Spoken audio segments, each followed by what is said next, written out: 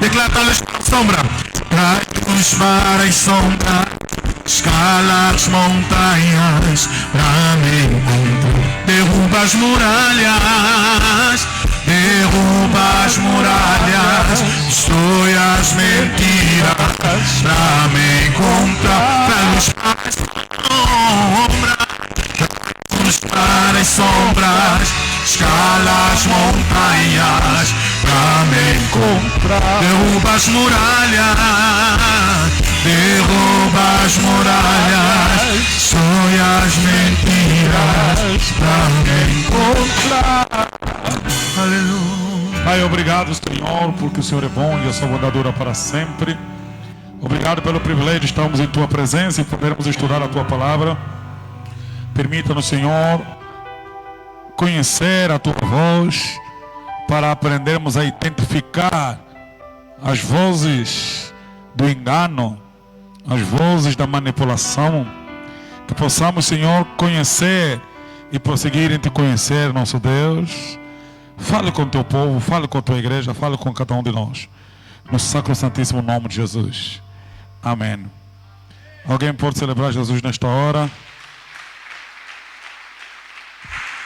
Alguém pode celebrar a Jesus? Alguém pode oferecer a Jesus uma celebração melhor?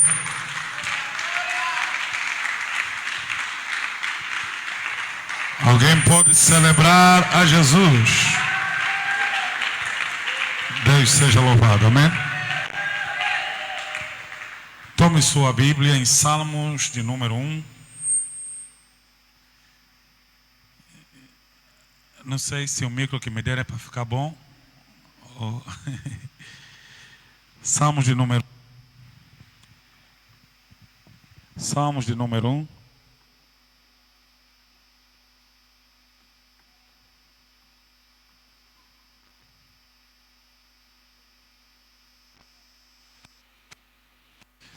Versículos 1, 2, 3. Quem já achou, diga amém. Diz a palavra: bem-aventurado o varão que não anda segundo o conselho dos ímpios, nem se detém no caminho dos pecadores, nem se assenta na roda dos.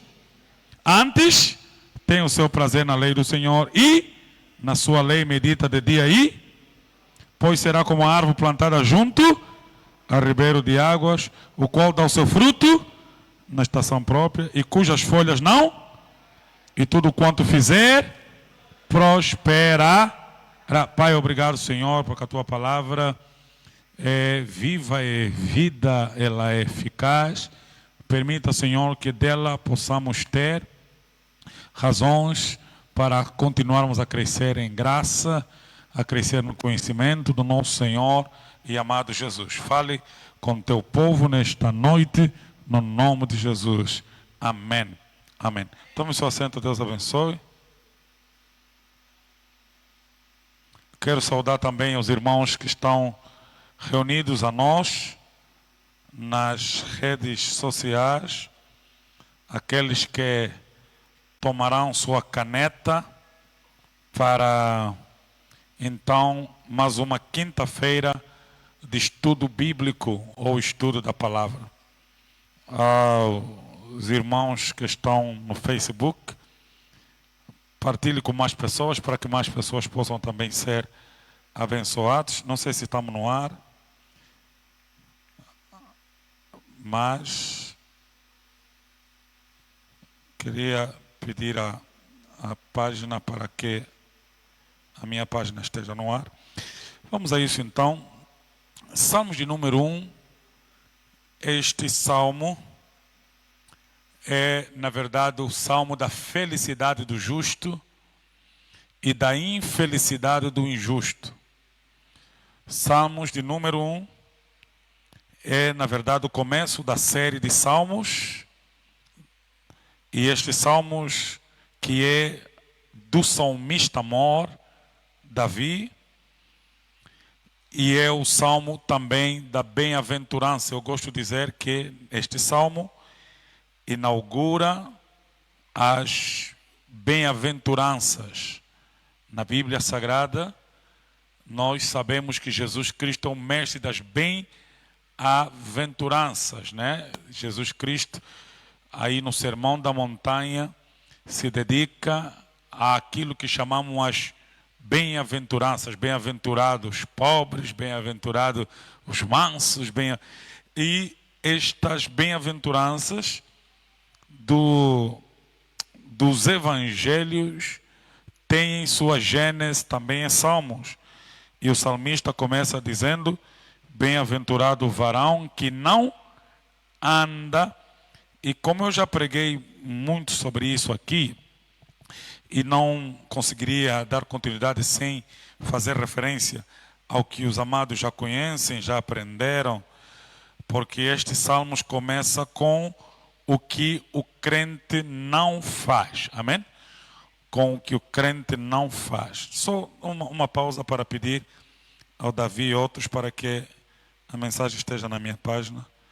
Começo a receber mensagens a partir daqui, porque tem irmãos que da Europa ficam à espera só para ouvir a mensagem, né? E quando a mídia não comunica, eles se sentem no direito de reclamarem. Estão a nos fatigar aqui no YouTube, a mensagem. Então, temos que ser dedicados a servir aos nossos irmãos, até aos que estão longe. Então, o Salmo da Bem-aventurança, ela começa primeiro com que esse Deus definiu as permissões com que nos seria saudável. E onde há permissões, efetivamente tem de haver proibições. Quando eu estou diante do que posso fazer, automaticamente eu estou diante do que não posso fazer, porque a escolha consciente de uma opção é também a negação das demais opções existentes, certo? Sempre que eu escolho algo, eu acabei de não escolher outras coisas. Se você vai diante de uma festa e você tem muitas cubas, né? Bacalhau o quê? Tem um bacalhau que não demora nas festas. Bacalhau com nata está aí, né, na cuba. Você tem catato, tem, né, peixe seco, você tem aí uma porrada de cubas e você vai abrindo, e você vai escolher. Sempre que você decide escolher um prato, você decidiu não escolher outro prato, certo? Sempre que você escolher uma opção, você negou outras. Então, onde existe aceitação, absolutamente já existe negação. Amém? Escolheste uma mulher, perdeste cerca de 4 milhões de mulheres também, né? Escolhi uma para casar, a partir daquele momento você perdeu outras 4 milhões. Se é que existe 4 milhões, não sei. Eu acho que a maioria no mundo é mulher, né? Os homens estão a morrer na guerra da Ucrânia e do Irã, né? E ficam muitas viúvas por aí. Então, a escolha consciente sobre uma coisa é a absoluta negação sobre muitas outras. E esta provavelmente é uma das frustrações da vida, porque quando você decide escolher um bairro para morar, você descartou milhares de bairros, ou não? Quem mora no Quilamba? Assim você perdeu Rangel, Kazenga, amém? Sempre que você escolhe algo conscientemente, você nega.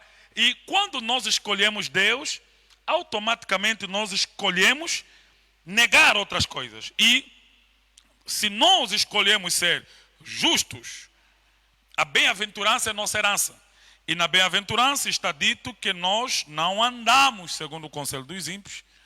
Aqui a questão não são os ímpios, mas sim o conselho dos ímpios.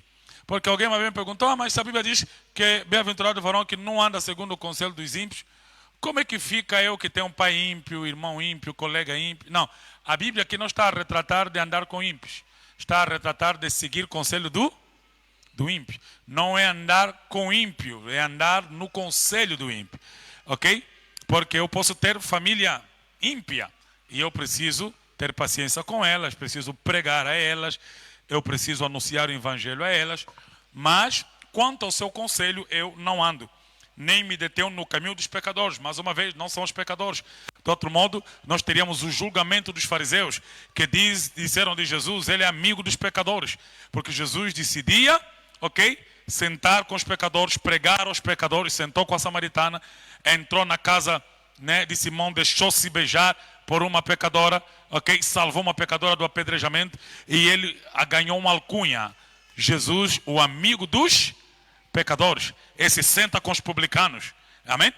Mas ali a acusação cai por terra, porque Jesus não era amigo de pecadores para ser como pecadores.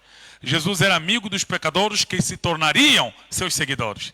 Porque seu propósito não era entrar no caminho dos pecadores, senão para tirar os pecadores daquele caminho, para que sigam ele como caminho. Amém? E o sucesso do seu trabalho é hoje conhecido, porque estou aqui a pregar hoje, porque Jesus decidiu ser amigo de um pecador e salvou-me e me fez seu discípulo e seu seguidor.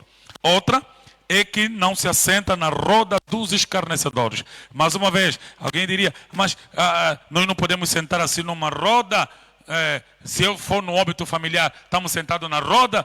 Não, aqui não é só roda, aqui é a roda dos escarnecedores.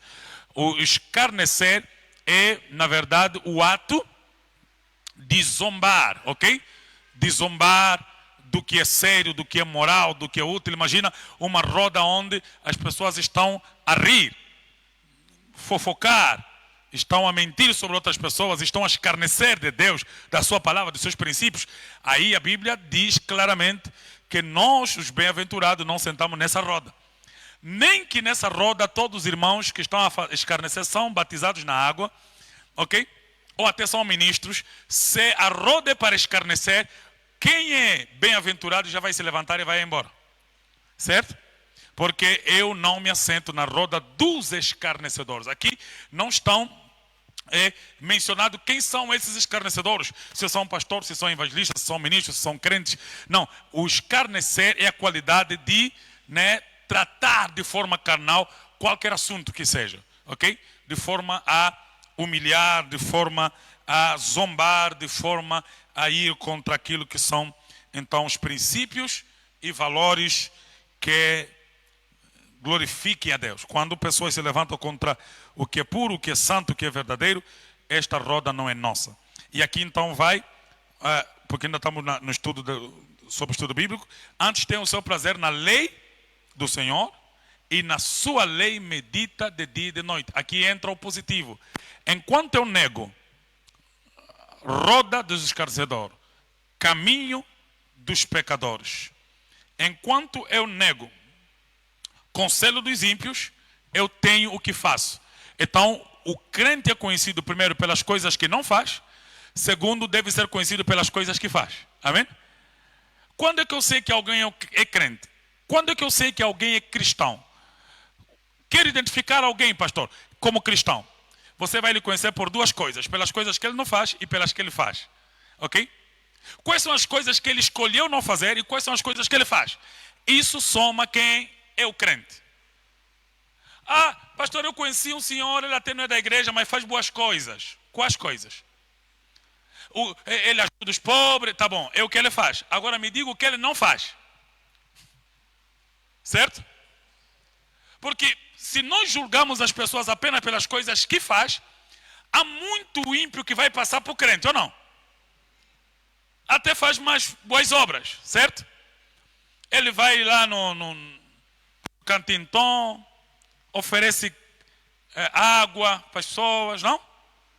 Deita dinheiro na rua, ajuda quem tem necessidade, tá bom. Já conhecemos o que ele faz, dá esmola. Agora queremos ver o que ele não faz. Aí você vê, tem 7 damas, né? Bebe, fuma, escarnece. Então, tudo que ele faz já ficou afetado pelo que ele não faz. Certo? Então, quando é que eu sei que você é crente? Quando você é conhecido pelas coisas que faz, em simbiose com as coisas que você não faz. Eu oro, amém, mas também não fofoco, glória a Deus. Agora eu oro muito, amém, mas fofoco. Não, alguma coisa está errada. O crente é conhecido pelas coisas que não faz, em complementariedade com as coisas que faz. Deixa eu dar o exemplo na salvação de Zaqueu publicano. Jesus entra na casa de Zaqueu. Zaqueu se levanta e diz: mestre, eu quero falar algo. Fala. Hoje a salvação entrou aqui na minha casa e eu quero propor o seguinte. Eu vou dividir minhas posses com os pobres. Eu vou dar metade da minha riqueza aos pobres. O que ele faz, o que ele decidiu fazer depois de Jesus entrar na vida dele era dividir minha riqueza com...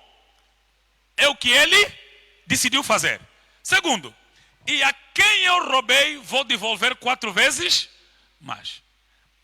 Então, vê o que ele está a dizer. Vou fazer coisa boa e vou corrigir a errada. Ou não? Eu já roubei pessoas e vou devolver o que eu roubei 4 vezes mais. E o que me restar vou dividir com os pobres. Então, em Zaqueu podemos descobrir o seguinte, que o crente é conhecido pelas coisas que faz e pelas que corrige. Amém? O que deixa de fazer. Então, pastor, como é que eu sei que o irmão João é crente? Quando você, olhando para Zaqueu, vê nele a característica de um homem que faz coisa certa e corrige a errada. O crente não é aquele que não erra, é aquele que não gosta de errar. Não tem prazer no erro. Não tem alegria no erro. Um certo pastor, que eu não vou mencionar, conversou comigo e disse que ele desviou-se por um tempo. Só que no caminho do desvio, acabou conhecendo uma mulher que presta serviços sexuais. E esta mulher, uma vez lhe perguntou, mas todas as vezes que estamos juntos, depois do momento tão bom, por que você fica com essa cara bem triste de quem está agoniado? E ele nunca respondia, até que a senhora descobriu uma vez que ele era pastor. Por que descobriu? Porque ele descobriu a razão por que ele ficava agoniado. Ele até fazia, só que no fundo não tinha prazer nisso. Porque a natureza dele era contrária aos atos dele. Agora, quando eu conheço alguém mesmo que tem prazer de fofocar, eu duvido da salvação dele ainda. De mentir sobre os outros, levantar falso testemunho, está mesmo na paz, dorme mesmo bem, está mesmo bem alegre. Eu falo, essa aqui não lhe salvaram ainda, só ainda vir na igreja nos complicar a vida. Porque o salvo, amado, é um conflito tremendo, é o conflito que teve Paulo. O que eu não quero, isso faço, o que eu quero, não faço. Quem me livrará disso? É que é um conflito terrível entre as coisas que você quer fazer, pode fazer, deve fazer, e com as coisas que você faz. É um conflito terrível, você não tem prazer no erro. Só que como é que eu resolvo isso? Agora que eu sou salvo, estou em Cristo, como é que eu resolvo isso? Salmo apresenta uma opção que eu quero tratar aqui com os irmãos. O prazer na lei do Senhor. Amém? Como é que eu lido com minhas faltas? Pastor, como é que eu faço para andar não mais no caminho dos pecadores, não me assentar mais na roda dos escarnecedores, não seguir os conselhos dos ímpios? O que é que eu faço? Amado, você não pode deixar de fazer coisas sem você passar a fazer coisas que substituam essas. Ah, pastor, eu deixei de beber, passaste a fazer o quê? Deixei de ir ali, passaste a ir aonde? Amados, sempre que espíritos diabólicos saem de um corpo, aquela casa deve ser ocupada sob o risco desses espíritos voltarem, encontrarem a casa desocupada e buscar certos espíritos piores e ocupar esse homem e a condição dele ser pior do que a anterior. Esta é a razão porque nós convidamos as pessoas a estarem na igreja, a ter estudo bíblico. Porque a partir do momento que Jesus arrancou os demônios dentro de ti, o Espírito Santo tem que te ocupar. Aonde saiu o vaso, aonde saiu veneno, tem que adentrar azeite. Aonde saiu ignorância, tem que entrar conhecimento. Aonde saiu a impiedade, tem que entrar a santidade. Aleluia! É dali que Salmos propõe que o caminho do justo é lei do Senhor. Você tem que ter prazer na lei do... prazer na palavra, prazer na Bíblia Sagrada. A minha pergunta é, você tem prazer na Bíblia? Quem tem prazer na Bíblia?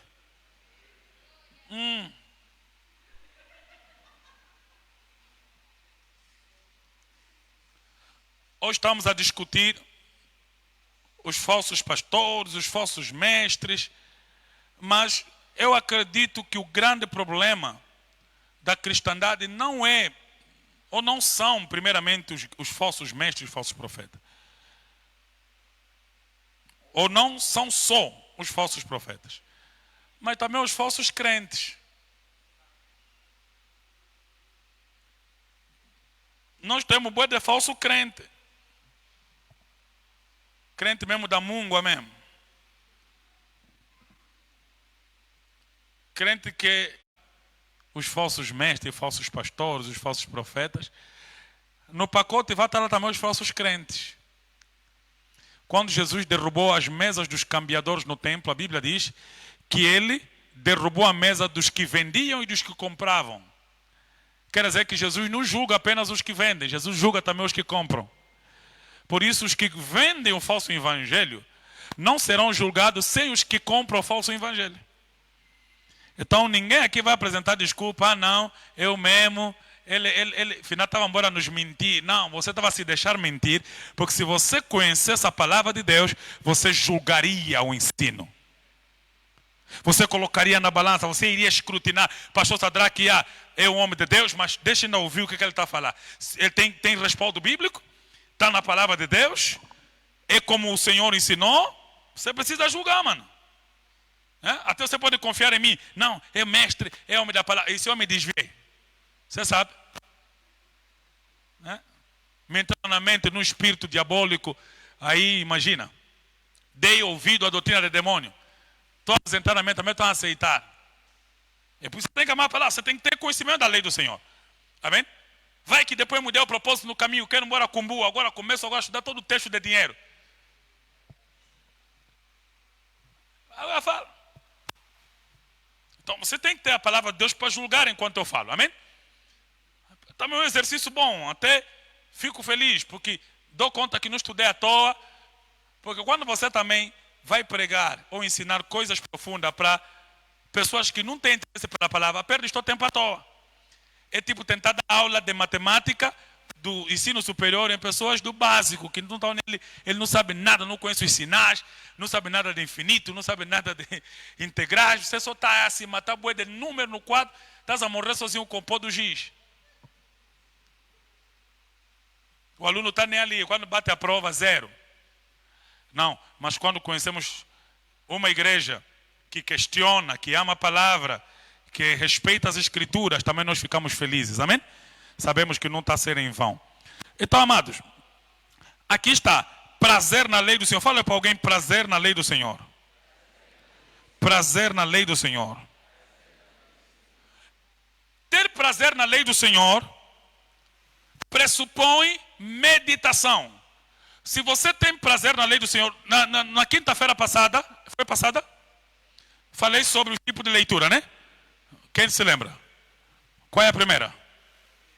Leitura corrida, certo? Está apressado, lê o texto, né? Uma leitura corrida. Como diz as escrituras, escreve em letras garrafais para que mesmo aquele que passa a correr leia, certo?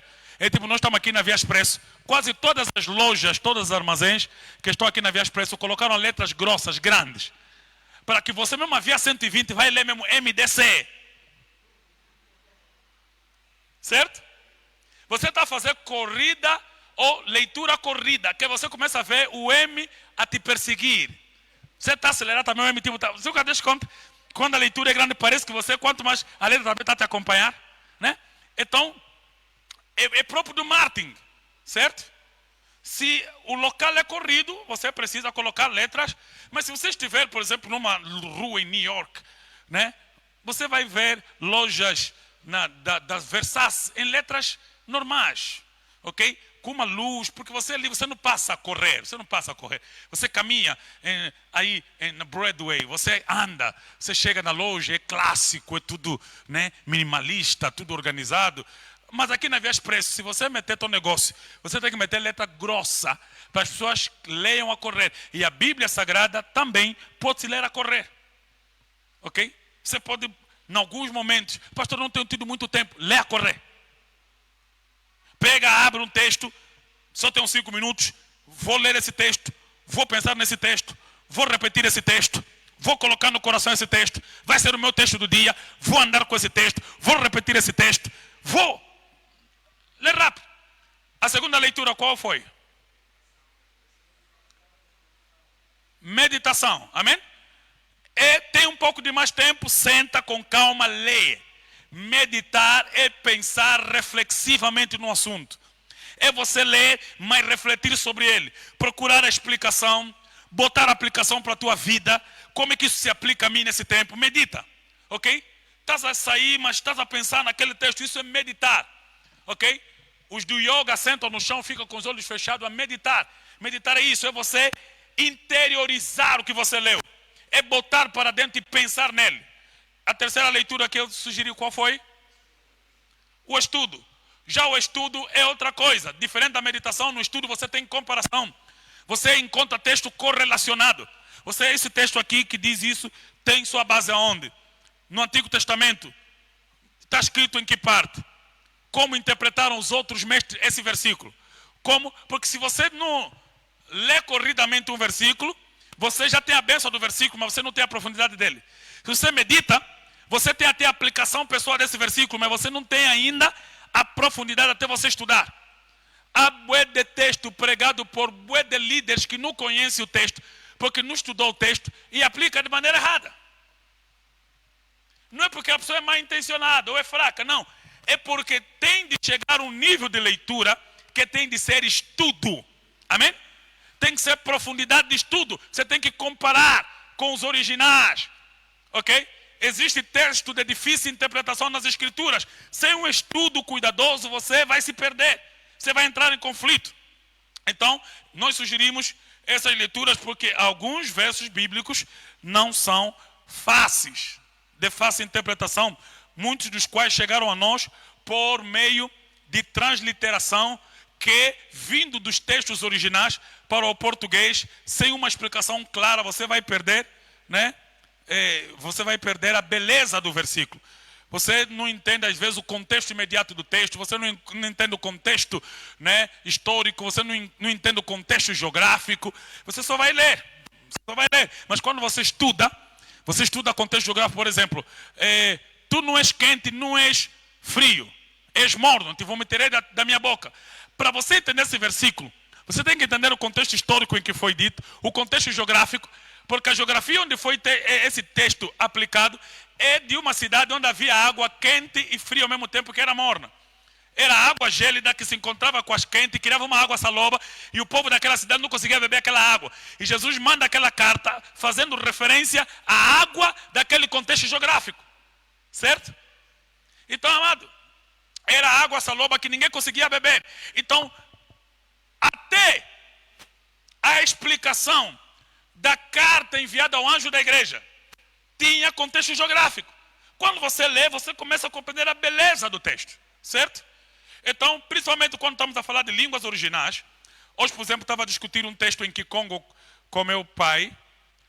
Não é fácil a interpretação de alguns textos na língua, ok? É de você tirar do latim para o português, amado, é dor de cabeça, é pessoa que tem que saber, ok? É pessoa que tem que saber. É um texto que vai para o livro Almofadas Solteiras e Cama Casais. Meu pai me disse que tem um provérbio em Kikongo que diz que numa cama com 4 pés, 2 são bons e 2 são maus. Agora, discutir com meu pai o que significa isso. Numa cama, 4 pés, 2 tem problema e 2 não. Só o texto visto dessa maneira em português não faz sentido, né? Mas você tem que ir lá nos originais, Kikongo, para você entender o que os mais velhos queriam dizer com isso.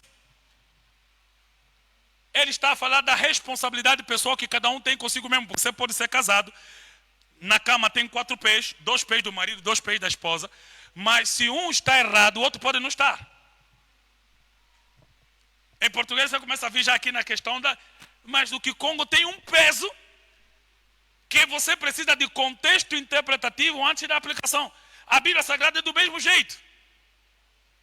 Certo? Então, amados, hoje, diferente da leitura corrida, da leitura meditativa, ou da leitura comparativa, sistemática do estudo, eu queria falar com os irmãos sobre quais os benefícios de lermos, ou, digamos, de ler a palavra, se calhar nesses 3 passos: corridamente, meditativamente, aprofundadamente. O que a Bíblia nos traz de benefícios para ler? Por que eu devo ler, pastor? Por que eu não posso só mesmo vir só para a igreja na quinta-feira, pastor, prega, eu vou ouvir. No domingo, pastor, 45 minutos, 1 hora, revela, nos abençoa. Nos profetiza, papá. Por que mais esse trabalho? Eu não gosto muito de ler, pastor. Amados, nós temos a grandiosa vantagem que os povos passados gostariam de ter. Nós temos Bíblia até a serem oferecidas, mano. Quando haviam países onde pessoas só tinham uma folha de uma Bíblia guardada, sei lá onde, para depois o governo não apanhar. Pessoas que tinham pedaços de folhas bíblicas que tratavam como tesouro. E você tem uma Bíblia inteira, apanhar, pô, no teu armário. Há pessoas que ficaram crentes sérios só com um versículo e você está ainda ímpio com a Bíblia inteira.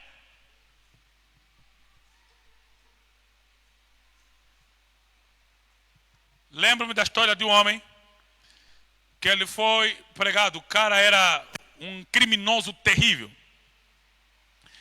Ele era chefe de uma grande gangue, venda de droga. E certa vez, um pregador foi levado a ele. Ele ia matar esse pregador. Ele mata o pregador, recebe a Bíblia, e quando abre a Bíblia, vê que a Bíblia tinha folhas muito boas para fumar. Bíblia, né?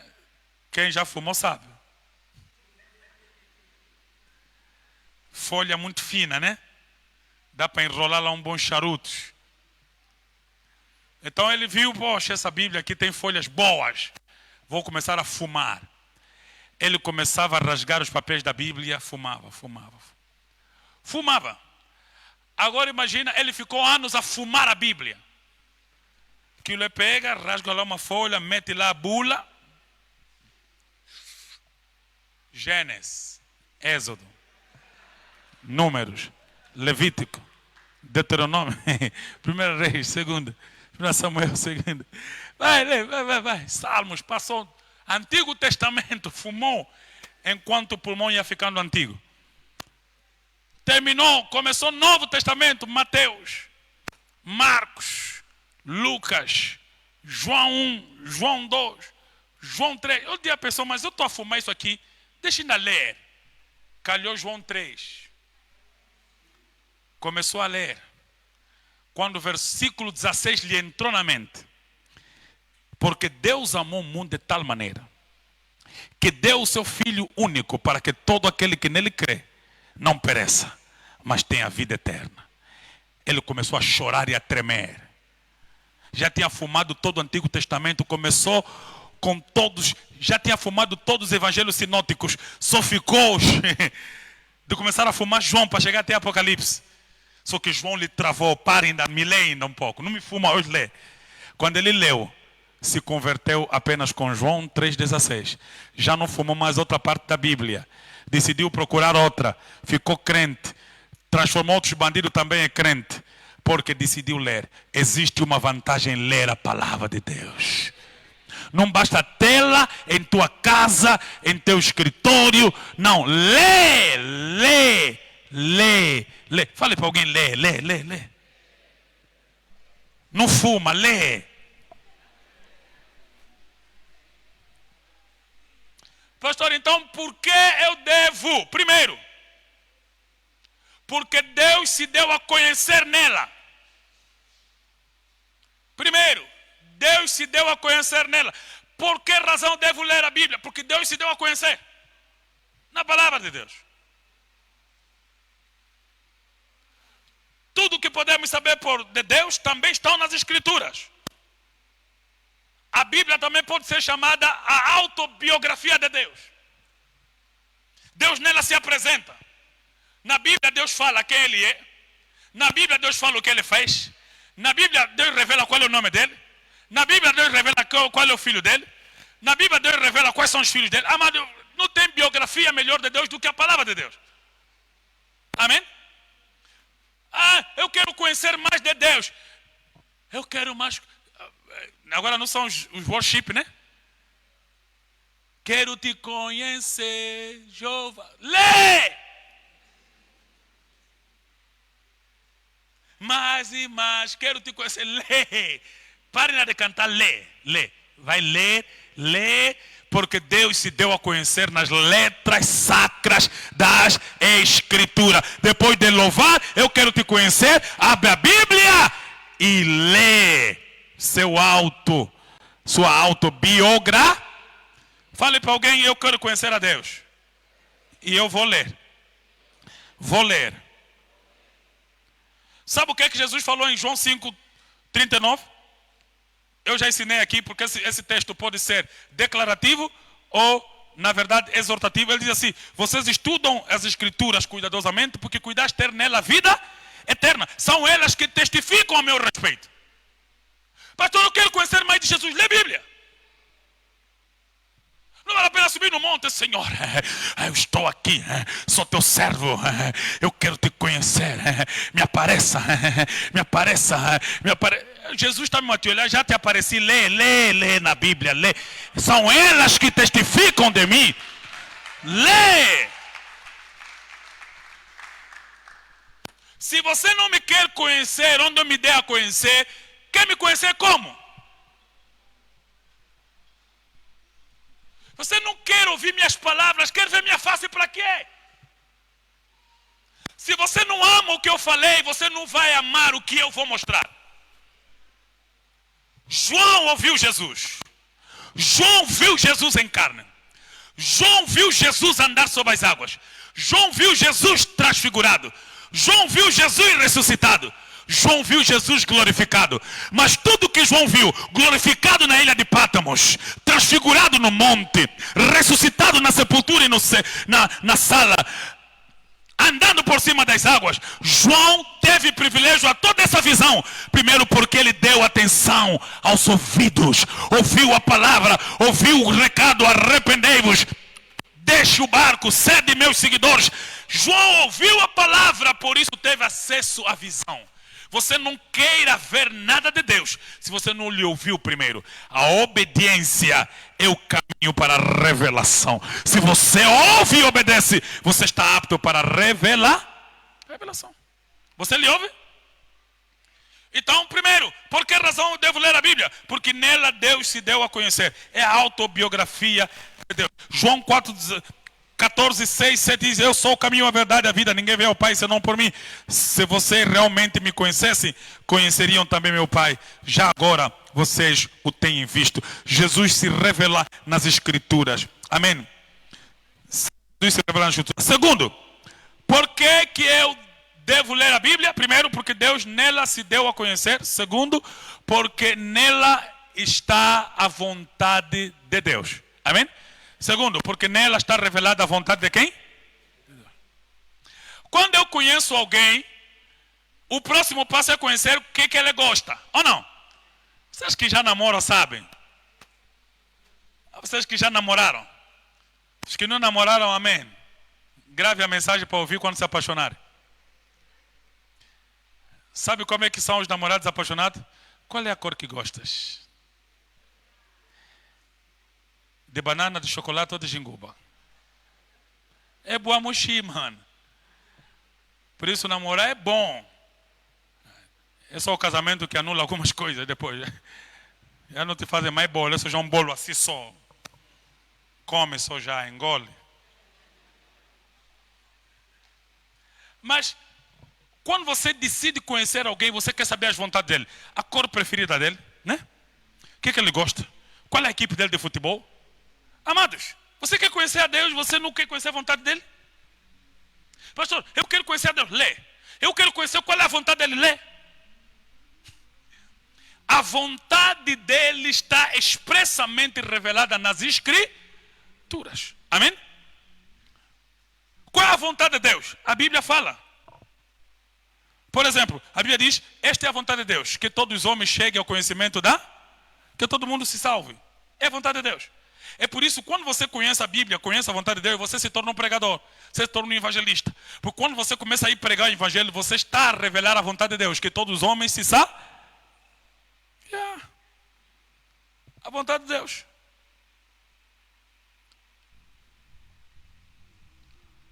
Na oração do Pai Nosso em Mateus, diz, seja feita na terra a tua vontade como ela é feita nos... Como você sabe isso? Nas Escrituras. Você sabe que nas Escrituras a vontade de Deus é perfeita no céu, mas ela não é ainda perfeita na terra. Mas o crente tem a responsabilidade de clamar, pedir, orar, buscar pela vontade de Deus realizada na terra como ela já é perfeitamente realizada no céu. Mas isso não passa apenas por desejar em oração, mas por seres na terra o reflexo da vontade perfeita de Deus no céu. Assim como os anjos adoram a Deus perfeitamente, nós desejamos perfeita adoração também na terra. Então, conhecer a vontade de Deus nas Escrituras te faz você não só conhecer, mas andar na vontade de Deus. Amém? Romanos 12 diz assim. O que é que diz em Romanos 12? 1. Quem sabe? Romanos 12, 1, 2. O que diz? Rogo-vos, pois, pela compaixão, que apresenteis os vossos corpos em sacrifício vivo, santo e agradável a Deus, que esse é o vosso culto racional, e não vos conformeis com esse, mas transformável pela renovação do vosso, para que compreendeis qual seja a boa, agradável e perfeita vontade de Deus. Boa, perfeita e agradável. A vontade de Deus é boa, mesmo quando te faz chorar. É perfeita, mesmo quando parece que está tudo errado. É agradável, mesmo quando parece amarga. Então, conhecer a vontade de Deus é você não cair na lábia de qualquer um que prega qualquer mentira, agradável ao paladar humano, mas quando você conhece a boa, perfeita, agradável e perfeita vontade de Deus, você está apto para não ser dominado por esse mundo. Mas para isso acontecer, você tem que conhecer. E como é que eu conheço, pastor? Lendo a palavra de Deus. Você vai saber que muita coisa que parece ser dura ainda é vontade de Deus. Você vai ler na Bíblia, por exemplo, que José foi vendido pela vontade de Deus. Amém? José lhe venderam. Os irmãos invejaram. Sabemos mesmo da inveja do irmão. É do coração deles. Mas o caminho estava na vontade de Deus. O povo foi escravizado no Egito. Também estava no plano de Deus. Você vai entender que a vontade de Deus é sempre perfeita, é boa, é agradável. Você pode depois estudar sistematicamente, por exemplo, a vontade de Deus. A vontade de Deus, ela pode ser, né, uma vontade diretiva. Ela pode ser uma vontade permissiva. Ok? Pode ser uma vontade preventiva. Aí você entra, mas por que Deus permitiu isso? Sim, existe a vontade permissiva de Deus. Não é que Deus se agrada, mas permite. Certo? Por exemplo, Romanos 1 diz que e muitos dos homens mudaram o uso natural, envolvendo-se homem com mulher, e Deus os entregou aos seus próprios desejos. É vontade de Deus que os homens se relacionem entre si? É vontade de Deus que sejam? Mas por que Deus não faz nada? Não, porque Deus em sua vontade permissiva às vezes nos entrega nossas próprias vontades. Para nos inflamarmos a nós mesmos. Por nossa rebeldia e desobediência Ele nos entrega. Para que nós soframos as consequências da nossa própria escolha negativa. Pastor, se Deus mesmo sabia que esse homem vai me castigar, permitiu que eu casasse com ele, por quê? Porque a vontade permissiva de Deus permite mesmo, por causa da tua paixão à toa, que mesmo identificando o bué de erro, insistiu só porque estava a te cuidar. Agora te cuida já. Acaba já de cuidar. Tem uma jovem que já não está dentre nós, mas ela, vendo a idade passar, ficou com um homem. E na preparação do casamento, aquilo era profecia daqui, Sonho que no casamento, o vestido, enquanto ela entrava pelo corredor, ficava todo vermelho, preto, sujo. Mil revelações, não queria ouvir. Porque estava apaixonada, mas também na minha família, as pessoas, o casamento já está marcado. Filha, Deus está te falando, sai. Não vai por esse caminho. Insistiu. Casou 3 meses depois, descobriu que o marido no final tinha HIV, nunca lhe falou, ela também já apanhou. E pronto. Mas por que Deus permitiu? Porque Deus tem vontade permissiva.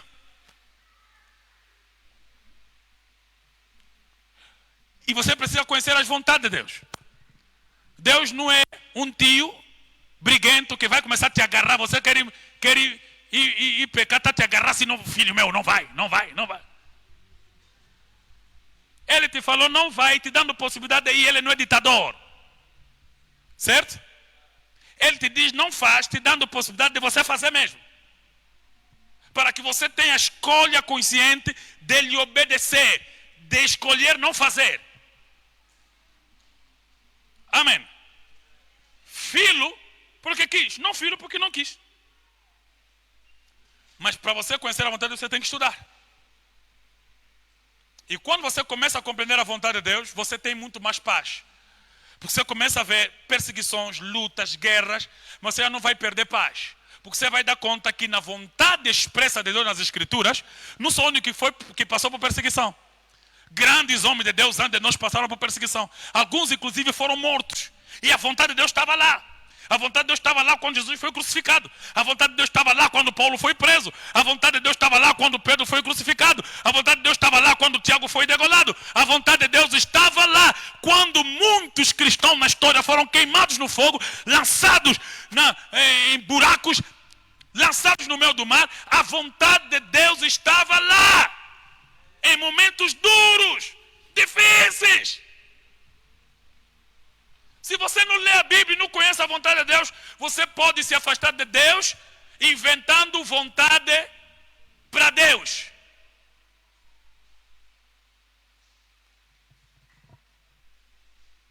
Aí, há uns que já pregam que é vontade de Deus que você não anda a pé. Tem que ter teu carro. E Deus com isso? Você tem carro ou não? Quem faz carro é Ele. Ele é Toyota, é Mercedes. Ele fez pé, anda. Até porque uns, se calhar tomam a morrer por causa do carro que tem. Ficaram todos sedentários. Só senta, conduz, vai no escritório, senta, conduz. Depois já não está conseguindo levantar. Deus vai te falar, eu te dei pé. Se andasses, estaria ainda bom. É por isso países muito desenvolvidos hoje na Europa, só não debina até. Nem carro, né? Primeiro, não polui o ambiente. Né? Não afeta. Hoje você na Europa, até nos países não muito desenvolvidos da Europa, em França, te encontram com um carro tipo, não sei se Jeep, vão te dar olhada. Porque eles sabem que você, com esse carro, está poluindo mais o ambiente do que os outros. E afetar a biodiversidade. E você achar que é luxo. Poxa, está a na máquina. Yeah. Mas a cada aceleração o ambiente está a chorar.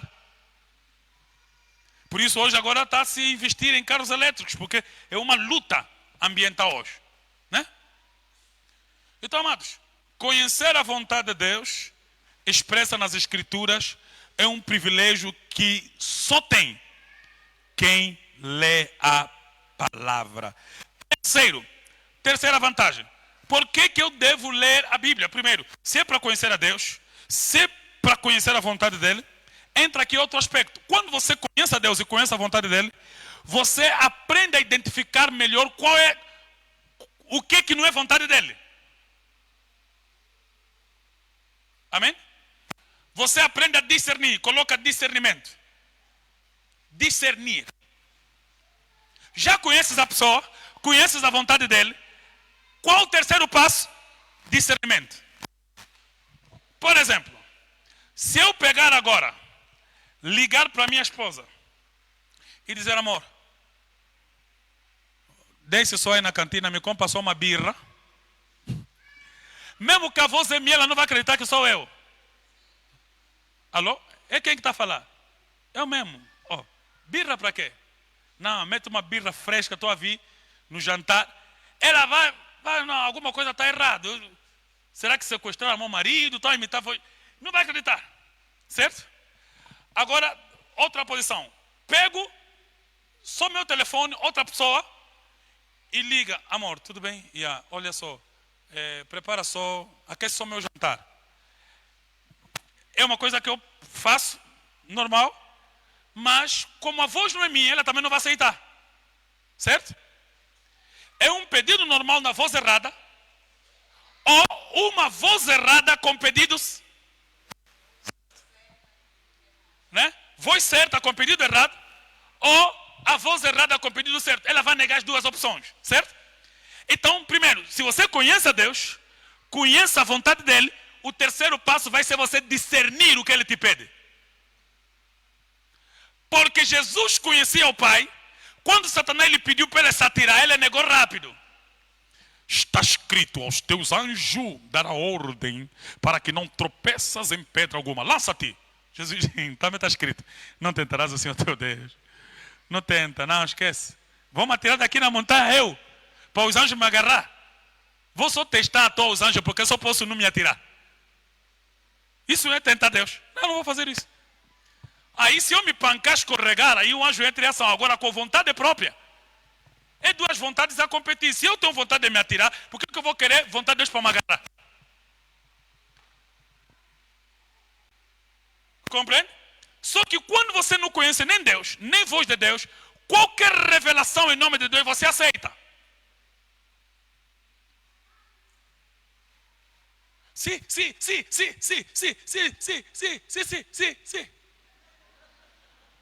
Serva minha, fulano de tal vai casar contigo. O fulano de tal então é um tal de fulano, nada a ver com Deus, não obedece o evangelho, anda de bebedeira em bebedeira, está saindo a profecia, nega rápido. Não, Senhor, Deus é santo, vai me dar um ímpio como marido? Esquece.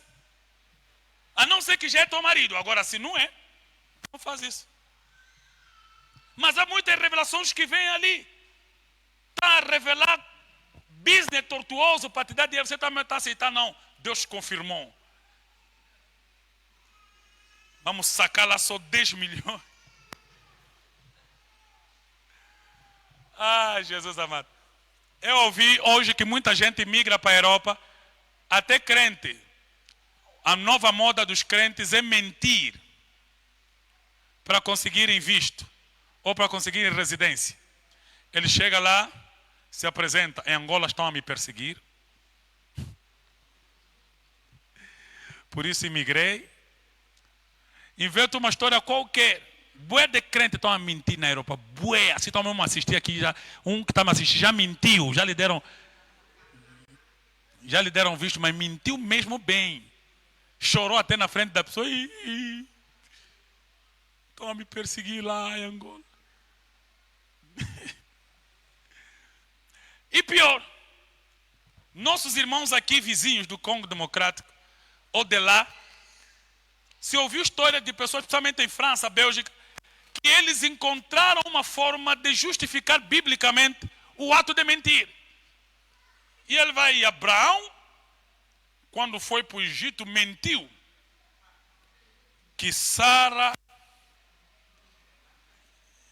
é irmã. E lhe deram riqueza, lhe deram visa.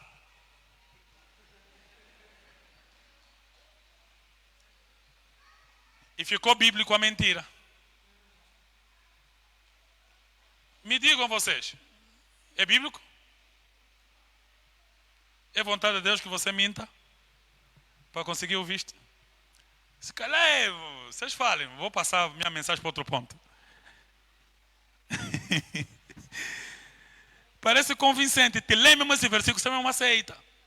Só que deixa eu ressalvar aqui para dizer que Abraão, por sua mentira, condenou uma nação a uma grave maldição. Condenou mulheres inocentes esterilidade, a doença. Causou um caos onde passou. E, para finalizar, Abraão é pai de fé, mas não é nosso exemplo absoluto de fé. De outro modo, também poderíamos pegar uma escrava da nossa esposa ou empregada para dormir com ela.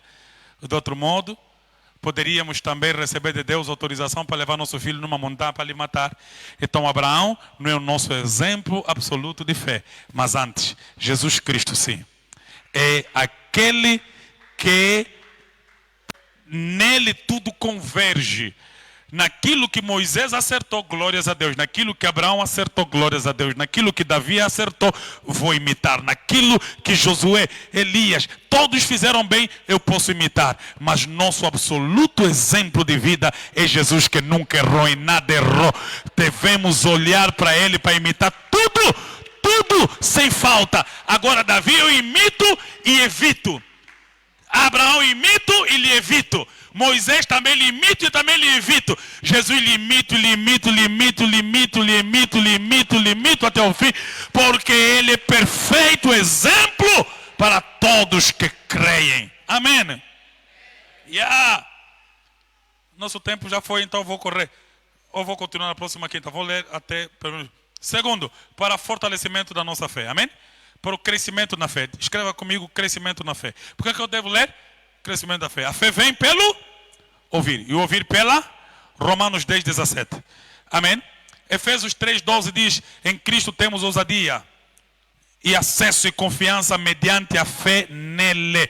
Então, quando você lê a palavra, a tua fé cresce. E quando a tua fé cresce, você tem ousadia e acesso a Deus com confiança mediante a fé nele. Há muito crente que não ora com confiança, sente medo atuar de demônio, ainda lhe atiram talha, lhe apertam mesmo, pega. Por quê? Porque ele não cresceu em fé. E não tendo fé, não é ousado. Não tendo ousadia, não vai com confiança por meio da fé em Jesus. Mas quanto mais você tiver conhecimento do Senhor, tiver conhecimento da sua vontade, discernir perfeitamente a sua voz, você cresce profundamente no conhecimento dele, tua ousadia e confiança aumenta. Porque você sabe o que Jesus fez por ti. Você sabe o que ele realizou naquela cruz. Não é família que vai te desmoralizar. Não é acusação dos homens que vai te baixar. Porque você tem conhecimento do Senhor e Salvador Jesus Cristo, o que ele fez por ti e o acesso que ele te deu. E que hoje você não é visto mais a partir de ti mesmo. Você é visto a partir de Jesus. A partir de agora, Cristo em ti é a esperança da glória. Amado, o conhecimento de Jesus te traz ousadia terrível, mano. Eu quando vou pregar num sítio, em qualquer sítio onde eu entro já sou pai grande, já na aldeia dos outros, estou já com boa de confiança. Aqui numa casa dos homens eu tenho boa de feitiço, eu estou aqui com boa de poder. Não tenho medo de ninguém.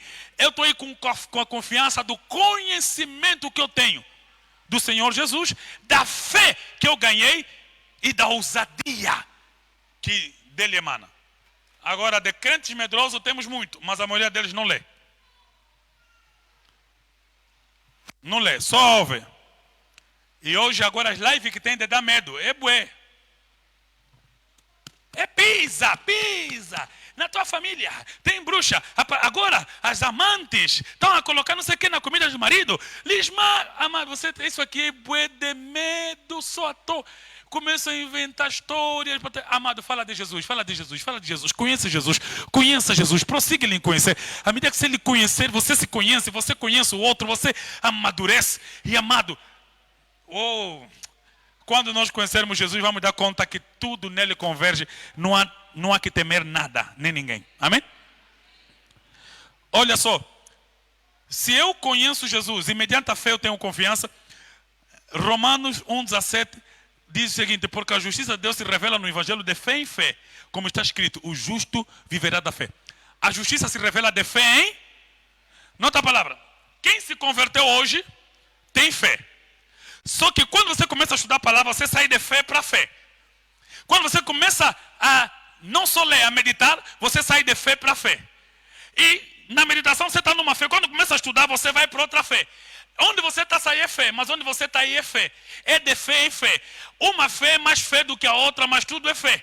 Então eu estou na fé, eu estou crescendo na fé, eu estou amadurecendo na fé. Há pessoas inclusive que recebem dom da fé. Amados, talvez quem se converteu domingo passado já tem fé. Só que ele encontrou fé noutra pessoa que tem mais fé do que ele.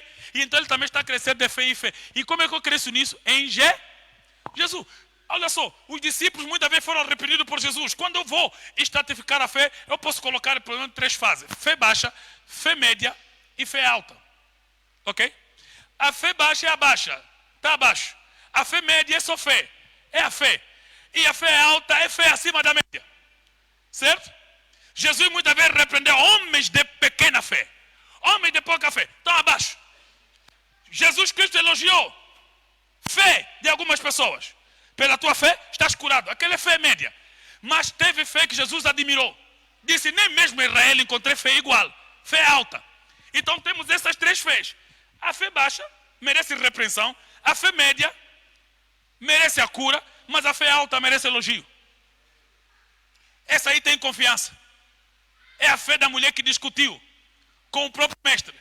Porque o mestre usou uma frase geral e ela usou doutrina para responder que os cachorrinhos também comem das migalhas que caem da mesa do dono.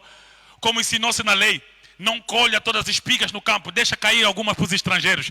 A mulher pegou nesse versículo e sabia que na vossa lei está dito que quando se vai ao campo colher, não se pode levar todas as espigas, deixa cair alguma para os estrangeiros. É o que a mulher respondeu: eu sou mesmo cão, estou a vir colher o que você deixou cair, me deixa só cair uma cura para minha filha.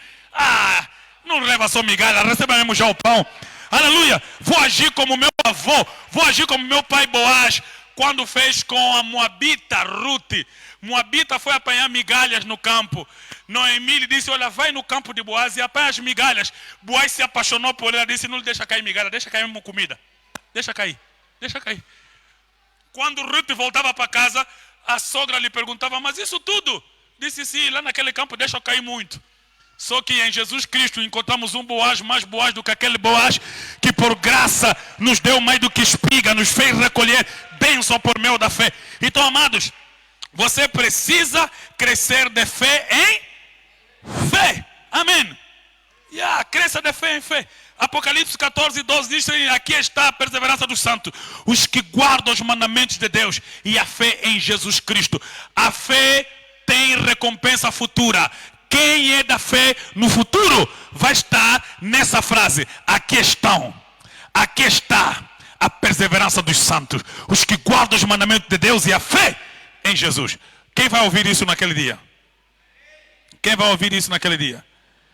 Então, não havendo mais tempo, vamos terminar com isso. Eu gostaria que você guardasse esses 4 pontos. Eu tenho 12. Na próxima quinta-feira, continuo. E já não vai precisar da introdução, então só vou dar continuidade. Então vamos conseguir terminar os 8 pontos que faltam. Mas, eu falei de quantos? Primeiro, conhecimento de Deus. Segundo, vontade de Deus. Terceiro, discernimento. Quarto, crescimento se coloca em pé.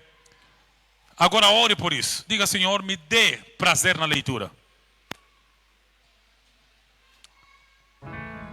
Me dê prazer na leitura.